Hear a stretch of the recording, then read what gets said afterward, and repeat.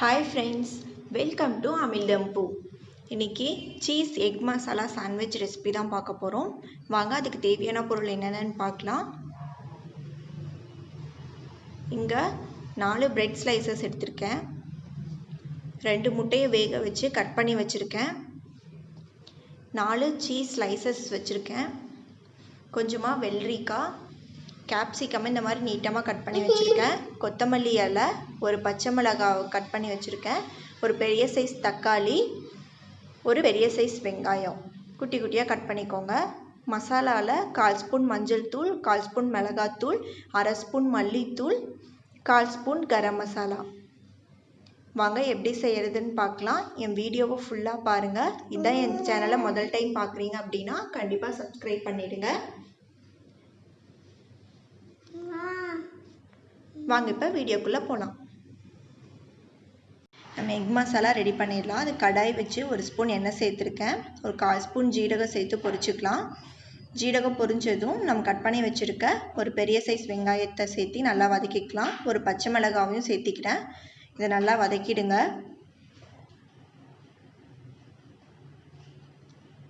இதில் வெங்காயம் வதங்குற அளவுக்கு நம்ம உப்பு சேர்த்து வதக்கிக்கலாம்.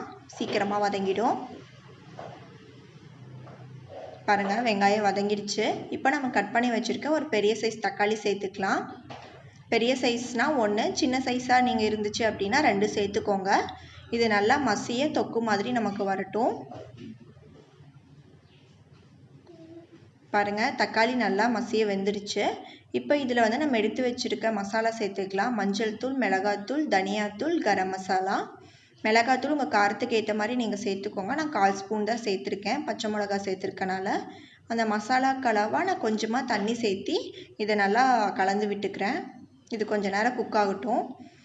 பாருங்கள், இப்போ மசாலாலாம் நல்லா குக் ஆகிடுச்சு.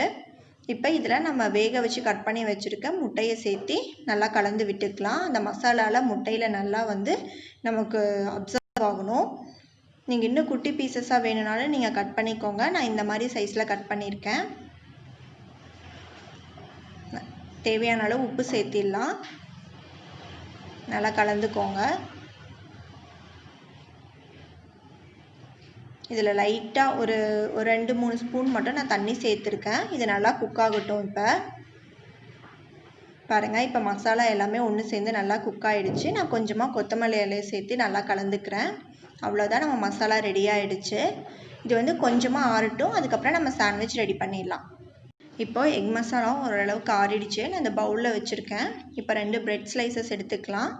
இதுக்கு மேலே நம்ம எடுத்து வச்சுருக்க சீஸ் ஸ்லைசஸ் இருக்குல்ல, அதை சேர்த்திக்கலாம். பாருங்கள், அந்த சீஸ் பார்க்கவே இவ்வளோ சூப்பராக இருக்குல்ல. அது மேலே வச்சிடலாம்.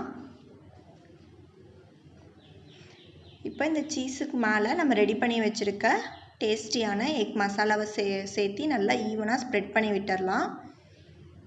2 பிரெட்லேயும் ஈவனாக ஸ்ப்ரெட் பண்ணிக்கலாம். பாருங்கள், இப்போ 2 பிரெட்லேயும் ஸ்ப்ரெட் பண்ணியாச்சு. இதுக்கு மேலே நம்ம கட் பண்ணி வச்சுருக்க குடமிளகாவை இந்த மாதிரி சேர்த்துக்கலாம்.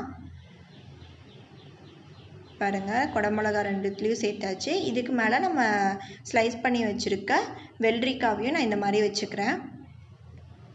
இதுக்கு மேலே நான் ஆப்ஷனல் தான், இது ரெட் சில்லி ஃப்ளக்ஸ் சேர்த்துக்கிறேன். இது இல்லைனாலும் பரவாயில்ல, நீங்கள் சேர்க்கணுன்னு அவசியம் இல்லை. திரும்பவும் இதுக்கு மேலே வந்து நான் சீஸ் ஸ்லைஸ் வந்து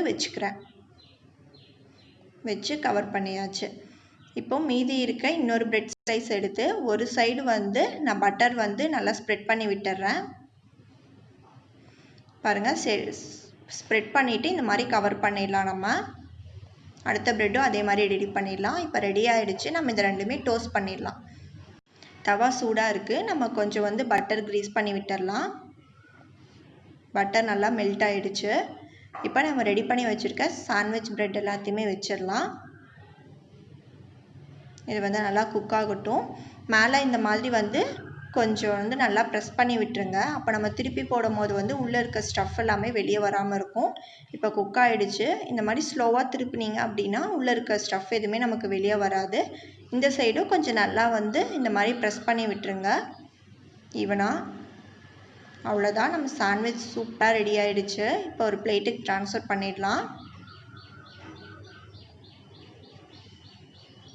பாருங்கள், சூப்பரான சாண்ட்விச் ரெடியாக இருக்குது. நம்ம இதை இப்போ கட் பண்ணிடலாம். உங்களுக்கு கட் பண்ணி காட்டுறேன் உள்ளே எப்படி இருக்குன்னு சொல்லிட்டு.